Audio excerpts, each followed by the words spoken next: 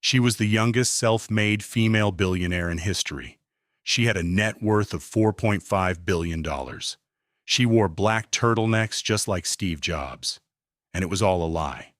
A $9 billion lie built on a few drops of fake blood. She promised to revolutionize medicine. Instead, she endangered thousands of lives. This is case number 2. Our detective opens a new file. The subject, Elizabeth Holmes. The company, Theranos. The promise was simple but revolutionary. A single drop of blood from your finger could run hundreds of complex medical tests. No more painful needles. No more waiting. Just fast, cheap, accurate results. The medical world was skeptical, but the business world was obsessed. Her board of directors included former U.S. Secretaries of State and Defense. Our detective pins her photo to the board. But when he looks closer at the technology, something doesn't add up.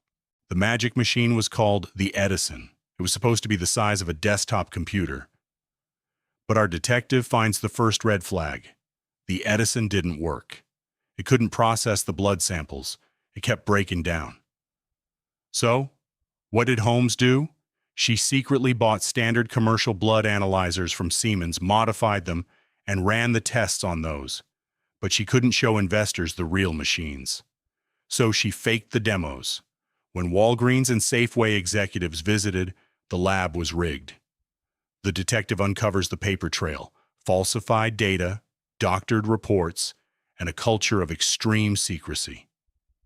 Employees were fired just for asking questions. But you can't hide a $9 billion lie forever. Enter the whistleblower, Tyler Shultz, the grandson of a Theranos board member. He saw the flawed tests and the dangerous inaccuracies. Patients were getting false positive results for HIV and cancer. Tyler went to the Wall Street Journal. Holmes didn't just ignore him, she attacked him. She hired high-priced lawyers to intimidate him and drain his family's finances. But the detective found the smoking gun, John Carreyrou, an investigative journalist who refused to back down. The detective connects the dots on the board. The whistleblower, the journalist, the falsified data. The trap is set. In October 2015, the Wall Street Journal published the bombshell article. The house of cards collapsed overnight. The $9 billion valuation went to zero. The FDA shut down her labs. The SEC charged her with massive fraud. But here's the twist. Holmes didn't just lie to investors. She lied to the patients. The detective looks at the medical records. Thousands of people received wrong medical results based on Theranos' fake tests. The visionary was just a college dropout who never learned how to code, faking it until she made it, until she couldn't. The fallout was absolute. Theranos was dissolved. Holmes was banned from running a public company for 10 years, but the criminal trial was the final blow. In 2022, a jury found Elizabeth Holmes guilty on 4 counts of defrauding investors. She was sentenced to over 11 years in federal prison. Our detective stamps the file. Case closed.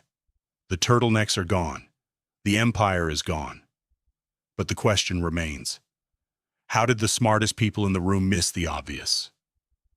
That's what we're investigating next.